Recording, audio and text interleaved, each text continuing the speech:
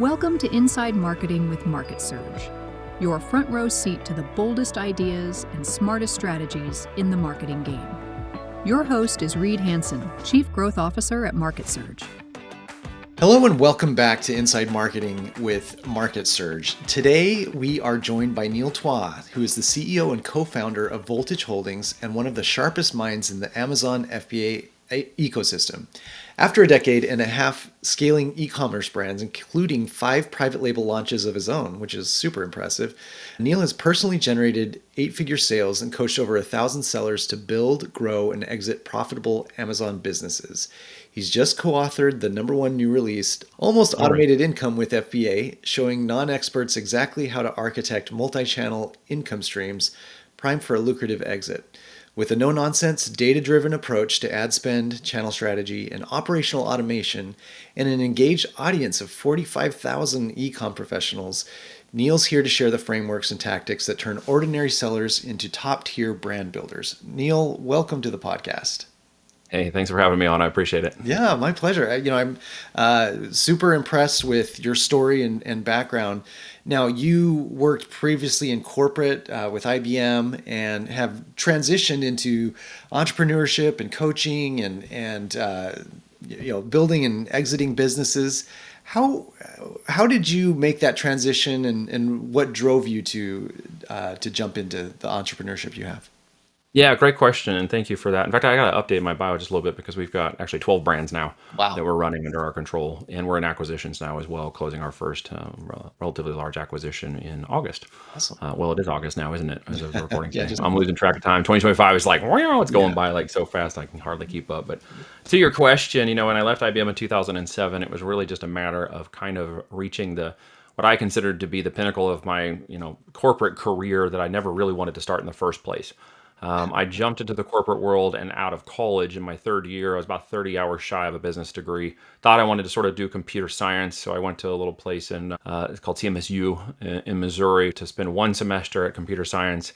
And I met a gentleman who was like, hey, you really aren't going to learn the things that I'm learning. He actually worked for a company called Sprint, long distance as a programmer, and he was an adjunct, and so he was there 2 times a week teaching the courses for that. And he's like, well, I'm not gonna be able to train you here on what I'm doing there. And I'm like, well, why am I doing this then?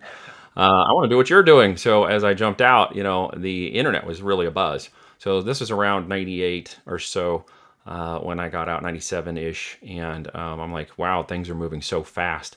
The corporate world is moving very differently than academia at that point. They just didn't have the degrees, the tracks, the knowledge, the things they were doing to even teach us what was happening in, near real time in the world of the new internet age.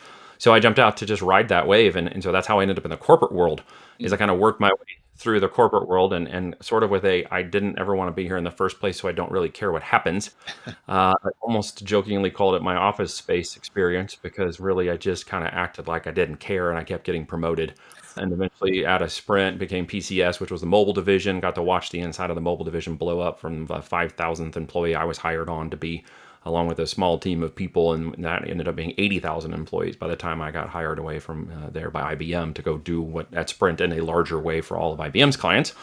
Strangely enough, I grew up in a situation where I didn't understand money and finances and business. My father is a hardworking guy. He's 83, lives on the hilltop with my mom here, just literally a stone's throw from us, and love having him around. He's a hard-working guy. He taught the value of a day of work. He was a mechanic. He was a 2-tour Vietnam vet on a destroyer and worked in the boiler room. Wow. He was a very tough guy, as a younger man. And so he really taught me the value of work, but he never taught me about money and finances. He didn't really know about those things. But my aunt married a gentleman who did. Okay. And he had a little business. And so over the time we got to know each other, and as I grew up into my teenage years and my young adult years, he really kind of mentored me. And as I got through my later half of my IBM career, he just kept encouraging me, you need to do your own thing, start a franchise, do something of your own, anything, right? Unfortunately, he died in 2005 in an ultra craft incident. He was, he maintained it or whatever, and there was a failure at flight, and he crashed and died. And that was 2 years before I left IBM. So it really became the catalyst of momentum for change, that when that time came, I was like, I'm out. I'm done. I'm burning the boats. Yeah. I'm never going back. Thankfully, I didn't burn the bridges, because a year later, they became one of my largest clients when I went back to work on projects that were broken, that they hired me back as a contractor to come fix for a lot more money than they were paying me as an employee.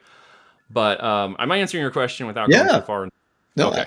absolutely. Tell me. Well, that's a great story, and I'm sorry for your loss. Oh yeah, he was a But wonderful guy. yeah, And yeah, some of the things I learned from him are things I'm still figuring out now. yeah, He yeah. just had so much information. He had such a way of saying it, and he had such a way of living it that I heard it, but I didn't know how to take action on it. Does that make Mm. sense? Yeah, And I uh-huh. see that with some of my clients sometimes as we try to teach them to do things or train them up on things or see the opportunities that they can create for themselves. And sometimes they don't want to do it, or they don't, they just don't see their way forward. And then later on, I see it sort of end up happening in many of them. They catch on, they have that aha moment, it clicks. And, Uh-huh. I am that way too. Yeah. The things he showed me and taught me and stuff he literally poured into my head were not necessarily appropriate at that time, but they've Okay. become very useful later on.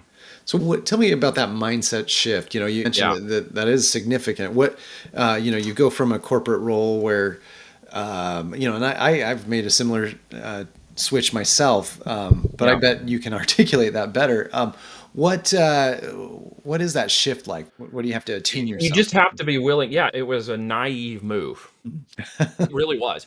And I do now understand why people continuously say you're never going to be prepared to start your own business. Just go for it. Mhm. And there's never the right time. You'll never have enough money. And maybe you have kids and you don't have kids. Maybe you're not married and you have married. And there's all kinds of reasons to excuse yourself from trying it out of the fear of failure. And that's really what it's all about. We're trying to subvert the idea of failure and not look like a failure and not fail through a process that might hurt us. So we do everything possible to avoid that pain. Hmm. Literally, it's Right. all about pain resistance. And in that first 3 to 5 years, I felt the pain of that decision. It didn't go well, right? Yeah. The first year, we decided to get married, and we're 18 years married now. My wife and I had known each other for a couple of years. And I asked her to marry me, and it happened to fall in March of 2007. I decided to leave in June of 2007. It just so happened that IBM was like, hey, your division's changing anyway, so if you leave, we'll just retire you early. And I'm like, well, that's timely. So I took the early retirement. We were pregnant in October of 2007, which put her on bed rest. So by December, because it was a complicated pregnancy and it was high risk, by December, she was no longer working. She was an RN by trade, BSN, and was thinking about going and becoming a nurse practitioner. And that sort of all changed when she became pregnant, and we became pregnant, right? And then she wasn't working anymore. So we went all the way through that life, baby, kids, new thing, new job, no more job, new business, and went straight into it head on. But the thing is, I will tell this to anybody who's willing to listen, the same way I tell my 4 daughters. It is best to get started when you're broke. It's best to yoke yourself to somebody, preferably of faith, that will walk with you through that process, and then be more yoked in the opportunities to grow together in those things instead of trying to wait to get all of this done and then try to put those lives together. They just don't click Mm. the same way. And we walked through that process of having a lot of money as high income earners. I think they call them dinks now. Dual Right. incomes, Yeah. no dinks. Yeah. That's right. Diversity. So we were the original dink. Gotcha. But then we started to have kids, right? Because we matured, which you should. And I tell you, if you want to grow anything in life, have kids, and that will mature you. And so that did mature us through that walk and slowed us down and refocused our, idea of what job, life, college, everything would mean to us and our children. And as she walked through some of that high risk pregnancy and dealt with those issues, it really transformed kind of our change, our mission, our purpose. It was focused on her health and the baby's health and how was that all going to work out. And then when she was born, she had some complications. We had to deal with that. And so the struggle became, do we go back to work, or does she go back to work? Do we not? And it was just like, I don't want to. And I said, I don't want you either. And that became the new purpose and value of our life, was to focus on building that family. And Awesome. it wasn't easy for the first 3 to 5 years. It just Yeah. wasn't. Well, so let's jump right into those. Yeah. You've started several companies and have Correct. exited. Did you do them all at the same time, or No. and how did you select these products you started to It create? was an idea that no matter what I started, I truly believed that it wasn't going to be the last thing. I didn't have to see it become the most successful thing. I was willing to see what it would become as I worked one thing to another. And I think a lot of us get caught in the idea that if we do something, this has to be the one thing that's successful and it can't fail. Right. And with that mindset, you've already sort of failed the process of allowing your growth, your knowledge, your experience, and your actions to shift and move you and pivot you into something that can be very life-changing. We create boundaries. We predict the future out of arrogance and pride. And instead of just doing the daily work, we keep depressing ourselves every day. We're not closer to that imaginary goal we created. And I had none of that. I did not believe that there was some imaginary goal that had to be hit in year 5 or the whole thing was a failure. What I believed now was every day was now the purpose of walking with my family, and the business would become the thing that would allow me to continue to do that. Right. And that was it. No matter how it came, no matter when it came, no matter what component of it turned. So as I took opportunities and got into opportunities, what that led to was success and failure. Okay. Make no mistake. There's room is filled with a pile of failures, probably 10 times and more people. But I've had some really great wins. And one of those major failures, which a lot of people fear and try to remove the pain in any way possible from their life, was going bankrupt. Right? Was going to a position where I pushed it way too far. Right? And I learned a very valuable lesson of the sunk cost fallacy. Okay. And with that, I realized that I had ingrained too far into a particular business. This was one based out of Oklahoma. It was in the oil and gas industry. It was a high-tech product. We had patents on it. Oh, wow. We were developing it. It was actually super cool product that no one's ever going to see. And in the process of helping to fund it and being a part of it, we ran into some financing issues. Some people got greedy and weren't applying the money in right locations. And one of them would have been to paying me for my time. And so I basically ran out of money, invested too much, and had to go, broke and identify myself through what I realized they were doing with the funds, and I did not want to be attached to because I wasn't doing it, and was able to be proven in the court of law, but I had to go bankrupt to do it. Oh, wow. And then start over. So that was a tough lesson, right? Out of that, learning lesson came the opportunity to understand that if I can't sell the product, it doesn't matter how good it is. Yeah. That was a tough lesson because a lot of people think of product world and they think I need a perfect product. I need a Tesla. I need to be Elon Musk. I need to have this super innovative idea. And so did I. And I failed on it miserably. So as I launched the next business opportunities, as I grew through that process, I started to realize, that to not marry the product, marry the brand, marry the sales process. Sales fixes everything. You fix that and the product is good, you will sell well. If the product has problems, you fix the problems. But as long as you can sell it, the number one problem is fixed. Right. Right. And so a lot of people will hesitate to even get to that point out of fear that it won't sell or that it won't be a good enough product or whatever the case may be. And I'm like, well, that is your opportunity. You have to get over that. Those are excuses to taking action out of the fear that something might fail in that process. And here's the thing. It's going to fail because you're human and you don't know yet. Right. You're ignorant. You have to go learn, right? And you can train, you can consult, and we have a lot of sayings in the country, so forgive me if I start popping off on some of them, but you can lead a horse to water, but you can't make it drink. Right. So I can show you that path forward, but if you're not willing to listen or hear or take action, then you're going to potentially fail. You're going to die of thirst because you weren't willing to even try and drink the water. And so I had to overcome those challenges and I had to adapt. And as I adapt, I started to learn to innovate more on existing things that were in the market. And while I got really good at sales, I wasn't terribly good at the product side because for a long time, I never did any of that. It was more like digital and marketing and consulting. I'd never attached a physical product to it. Okay. So at first, I had that problem. I thought I had to over-engineer a product and make a perfect product or it wouldn't sell and do a lot of good. Well, I failed at that misery, and so does a lot of people, actually. Yeah. So we innovated through a number of businesses, and we ended up launching a number of places and businesses. I eventually found an Amazon channel in 2012 because it was really new and it was growing fast.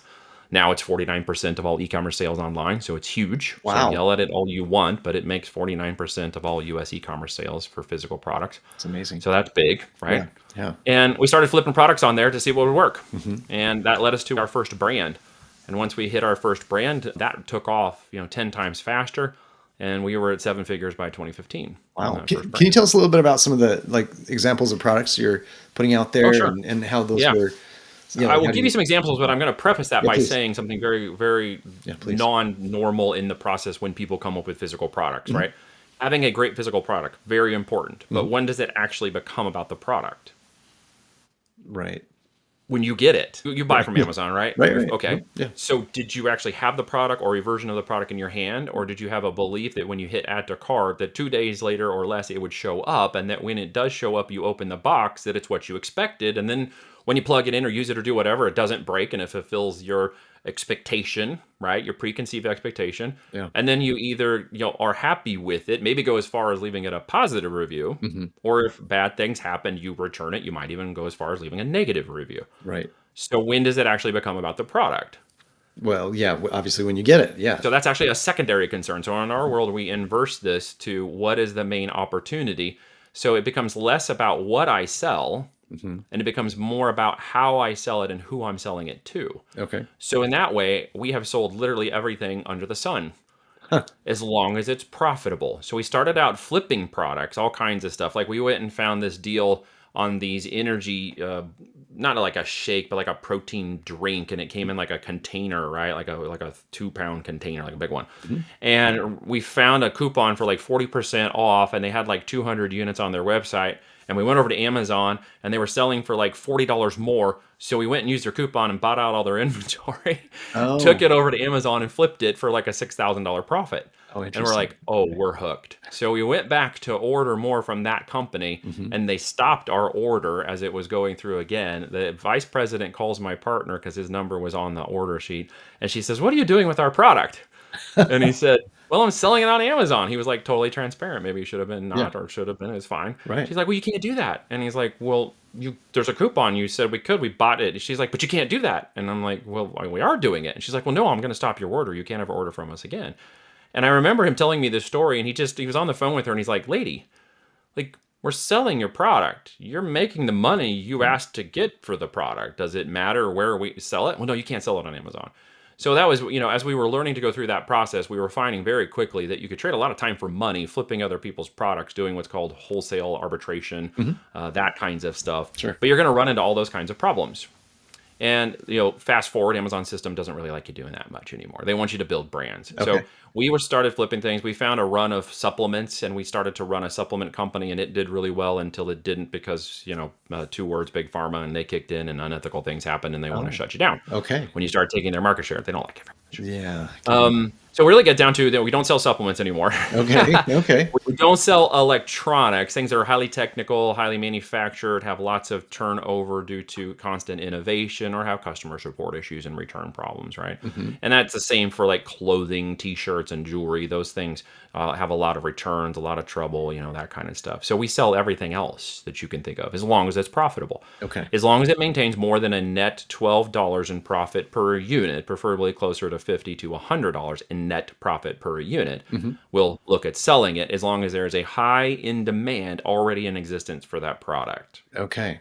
Right. So there are millions of those product opportunities, right? Yeah. It really gets down to, if I understand the data, the avatar, the demand, the profitability, that's the metric by which I can have success selling products online and make money doing it while still keeping it profitable. So in simple terms, I'm product agnostic. Okay. If I know they want it, if there is demand, someone else is passionate about it. I think a lot of people also think that the product makes the whole thing, and number two, I have to be passionate about the product or this whole thing won't work. Okay. Those are two myths. Yeah. Right? Yeah. I'm not passionate about my products per se. There's a few I really like, right?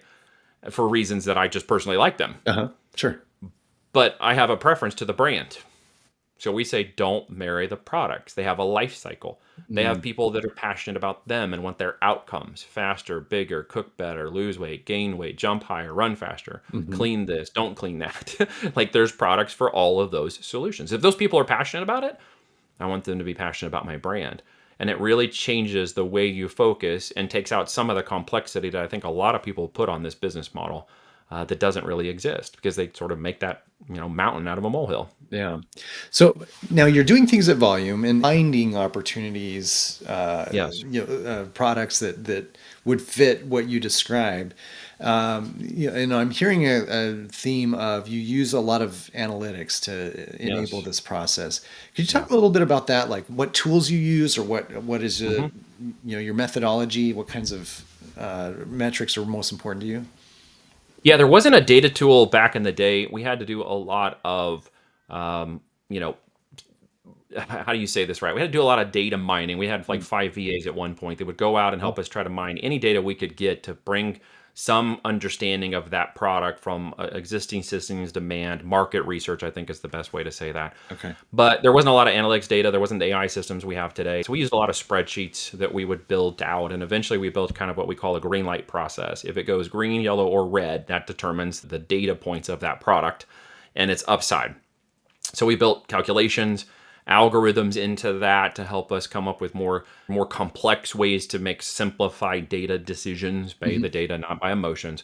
and then eventually developed a tool and became part of a company that was one of the first Amazon analytic tools in the marketplace. Oh, wow. And we used that data to kind of help us harden the process we had started. Eventually sold that company and then evolved our process internally to building a system behind our non-disclosure agreements without a public view of what we were doing, because some people had taken our information and used it, and we'd shared some things and people took advantage of that. And so we're like, well, no more of that. We're bringing that back in-house and we're not letting people know about that anymore. And so through that process, we developed a different system later on off of that same green light. And then we built a SaaS-based intelligence engine that now uses AI research. We have access to things called Product Opportunity Explorer inside Amazon. Okay. Once you're a seller, and these kinds of data tools now give me exact information and numbers about products, categories, how much units they're moving, what is the customer demand by keyword, what is a customer need that the AI engine, or a customer need intent that the AI engine is using to determine how to put a product just in front of somebody in 30 seconds or less and match that audience intelligently using AI.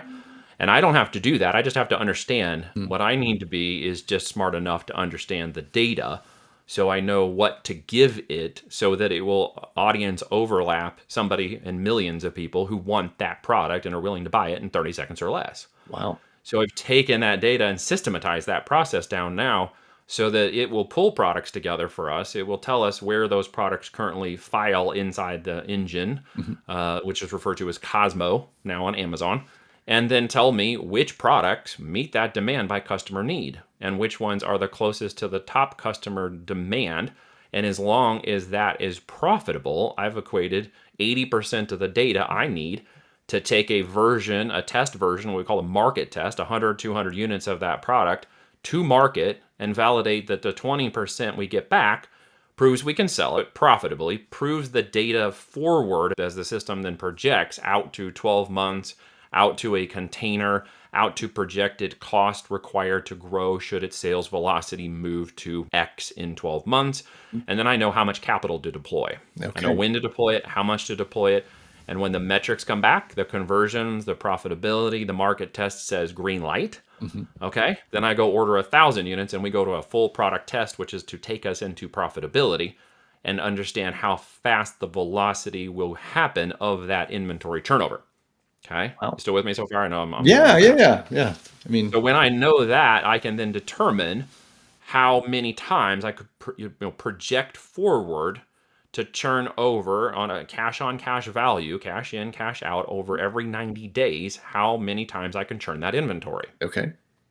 Okay. Wow. So with that, I can then predict that by the end of that 12-month cycle, I might have 50, 100,000, 250,000 in profit.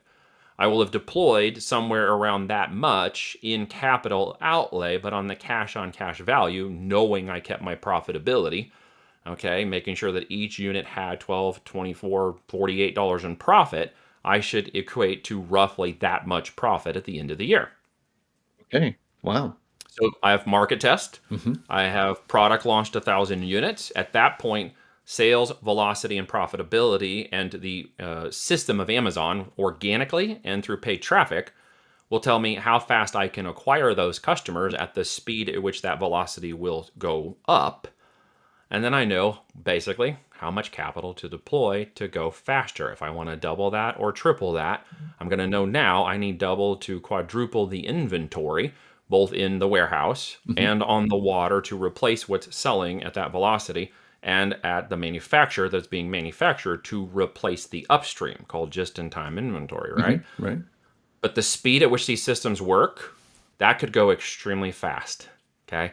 When you hit the numbers correctly and the algorithm is like, you nailed it, and you're giving us more inventory to sell faster through, because that's all it's looking to do, is say, well, we discovered you're selling really well, you're converting really well, people like your product, there's good reviews coming. Yeah. Well, an engine that turns over 7,000 products a minute on Amazon has a lot of scale, Yeah. right? Yeah. So where do people miss this on the last point? They miss it on not the beginning, getting in, finding the data. Like, we've solved those problems. It is capitalizing the inventory and reminding yourself it is a physical product business. I'm going to have to buy more inventory. That's your opportunity cost for this kind of business. If you want to go to 3 figures, 5 figures, 6 figures, 9 figures, when the data says go and the market is dialed in, it is now how fast can I inventory up the amount of units I have available for that engine to spread out to that audience. And when I have a lot more inventory, it moves a lot faster. What it will do is slow me down in the sales cycle because it doesn't want me to stock out. Think about it. Yeah. If I'm removed and the customers want me, but I'm no longer on the platform, that's a negative to Amazon's customers. Right. So as long as I'm available, they'll sell my inventory through a certain speed. Okay. Okay. But if the speed by which that market where I placed my product is selling 50,000 units a year and I only have 5,000 units, you see the problem? Yeah. Yeah. I do. Right. So now I know I have to get up to 50,000 units of inventory in stock in order to move that in an entire year or less, because the algorithmic engine can do that. I have some people that are doing 6,000 units a minute. Excuse me, a day. Okay. Yeah. Still. Day. I mean, yeah. Yeah, Amazon does that in a minute. I have some people doing that in a day. Wow. So when you see the growth and scale of this system, just understand that once the data proves you should go, the system itself will take you there. Okay. And that's where I coined the phrase almost automated income, because at that point, when you are touching and dialing in and then moving it, you don't touch it again. You feed the inventory. So your automation basically becomes your ability to manage the inflow and outflow of product. Interesting. So we kind of become import exporters. Okay. Because So the system itself is doing everything else. now, obviously, you have near 2 decades of experience doing this process. Closer to 12 years, yeah, because I Okay. kind of established this about 12 Okay. years ago. Okay. Well, for accuracy's sake, but a lot more experience than most people do. You've developed a very robust system and thought it out very well. Is this something that a person with no experience in e-commerce or importing, exporting, is this a good time to get into that? I don't know. Is this open to anybody, or is this? Yeah, it's open to anybody. You just have to understand who the anybody is. 12 years ago, it was open to everybody. Let's call it, right? So in 12 years, as the market's matured, the systems have changed, the speed at which data is moving, AI intelligence changing things, and just a lot more experience dealing in that market, we do have an advantage because of all of those things. But someone getting new into the market right now has to understand something that from the ground up, I can see this, and not a lot of people can based on where we're at. Since 2013, I've never seen a greater opportunity to get in this market than right now. Oh, interesting. What's occurred with tariffs and changes and post-COVID issues is that there is now net 300,000 less sellers that have entered the market this year for the first time since this whole thing started, which means the gap in their products and opportunity is gone. So everybody who is currently in the market share, and by the way, the demand every month, 5 billion impressions on Amazon every month, has not changed. Okay. Okay. Okay. So that market share is now filling up. We've got brands that went from 30 to 43% market share simply because they have been in the fight for the last 10 months. And when the tariff shakeout went down, all those other companies and sellers went out, and the market share just increased naturally to fill the gap, right? So there's this huge opportunity, though, where all those sellers left, that this is the window by which you should get in. And it doesn't open up very often. Yeah. And with the speed of AI systems now that we implement at every level of the process of building a product and taking it to market, all the way through analyzing the PPC data in inventory management systems later, and all the way through analyzing data for company acquisitions as well as company exits, is done all with AI now. So you can speed and expedite all of this stuff now very differently at the process level than we were able to do even 5 years ago. But here's the thing that most people should understand. The opportunity changed because the complexity changed. Okay. So it's not the same as it was 10 years ago. Does that mean the opportunity is less? No, it actually means it's greater for those who are willing to get in, but the barrier of entry has also grown. Okay. Yeah. Right. So in 4 years ago, okay, we all know what was going on to some degree. He said, for copyright strikes. That occurred, and there was roughly $100 million originated companies on Amazon. Okay. Okay. In 4 years, that doubled. There are now $100 million companies on Amazon. So the speed by which the information, the data, the purchasing, and all that stuff is increasing greatly. We're seeing more people buying now than they were 3 years ago. So people are like over here yelling all of these things in the geopolitical business world, really not understanding what's actually happening at the ground level. Okay. Yeah. Okay, so they're feeding into too much of this hysteria and mass and all this other crap, which we just kind of shut off. There's just a stop, doesn't come in. Did the tariffs affect us? Yeah, a little bit, but most people should understand that that was actually an opportunity. We pivoted and we moved into that opportunity, not against it. Yeah. Right. Okay, because we learned from 5 years ago that's exactly what we should have done. When the market freezes up and goes crazy, then staying in the fight and positioning and removing capital is what you should actually do. You shouldn't pivot out, pivot away, or change anything. You should dig in. Again.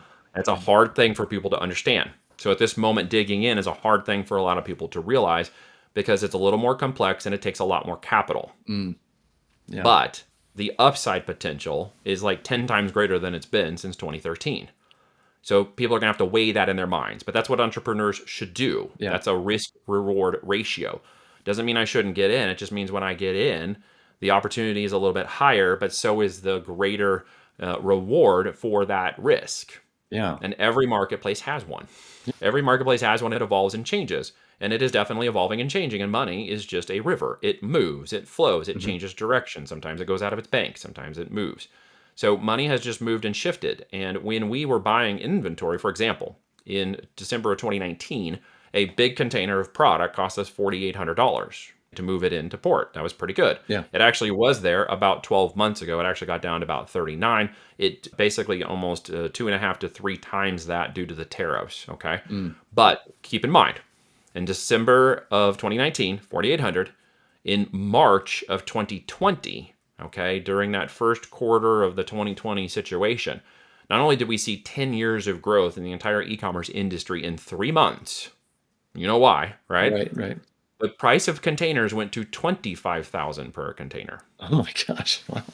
Yeah, nobody even sees that, right? Because they don't understand what was happening economically. Yeah. Behind the scenes for business owners and people moving product and logistics and inventory, because we were all focused on what? All the other stuff that was happening. Right. And we were at home and we were just buying. We weren't really thinking about what was happening. The rest of us were like, holy crap. Yeah.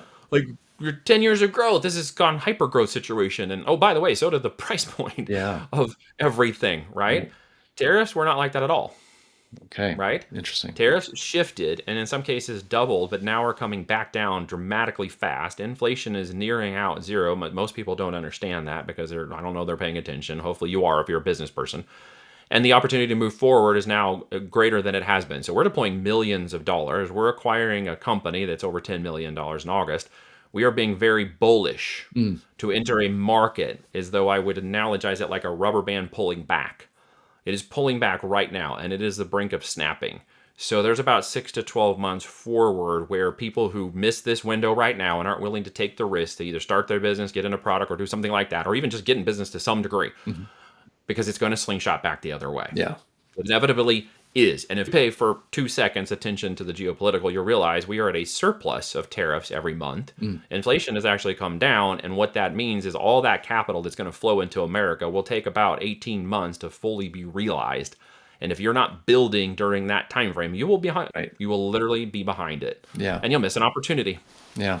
No, that's a Great great one. point. A very large one, actually. So now, this is great information, of course, but do you have a book which you've mentioned, and Yes, sir. do you also offer consulting services for people that would like to hop into this field? I do at a very small level. It's kind of strange because everybody's like, well, is there a course or program? No, I don't believe in doing that kind of stuff. We do a 12-month one-on-one mentorship. I'm looking for the unicorns listening to this podcast right now, who are maybe the 1 or 2 people who are crossing through time. And as they say, the mentee is when the mentee's ready, the mentor will appear. And you will resonate with what I'm saying today and you'll understand, you'll know it's true. The opportunity is to work one-on-one for 12 months. We train these people up into our systems. I'm looking to build CEO operators. This is not for everybody. There's a barrier of entry for a buy-in, but you also need to bring at least 50 to 100K year one to run at the speed we're going to go at. Okay. Because that's the opportunity to take that market share in, hit those products and brands, and see yourself actually get to a 7-figure business, revenues, possibly even profit.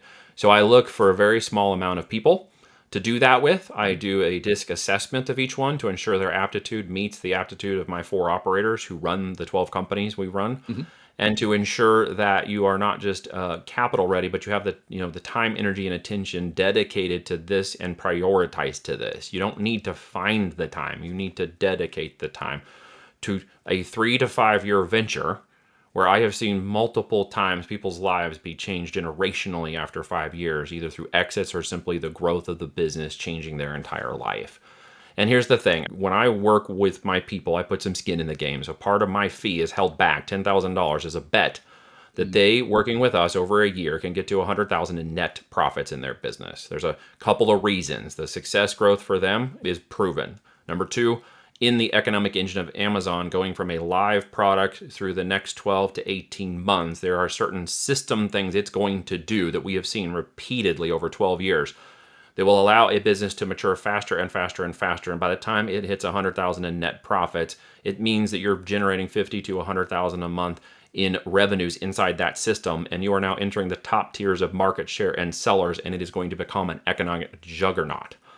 So when we see that, I set that on purpose, because as people hit that, they're also hitting those metrics inside of this system. And Amazon has told us directly, you can get 5% of the market share in year one if you do really good for your marketplace. That can jump to 20% in year two and 40% in year three. Wow. So when people commit to the year one growth with us, we're looking for the building year, and then growth is in the second year, and then potentially scale in years 3 through 5. I have some of the fastest growing case studies. You guys are welcome to check them out. Yeah. One of them, you just got to beat Matt. Matt hit $5 million a month in 9 months. Wow. That's amazing. Yep.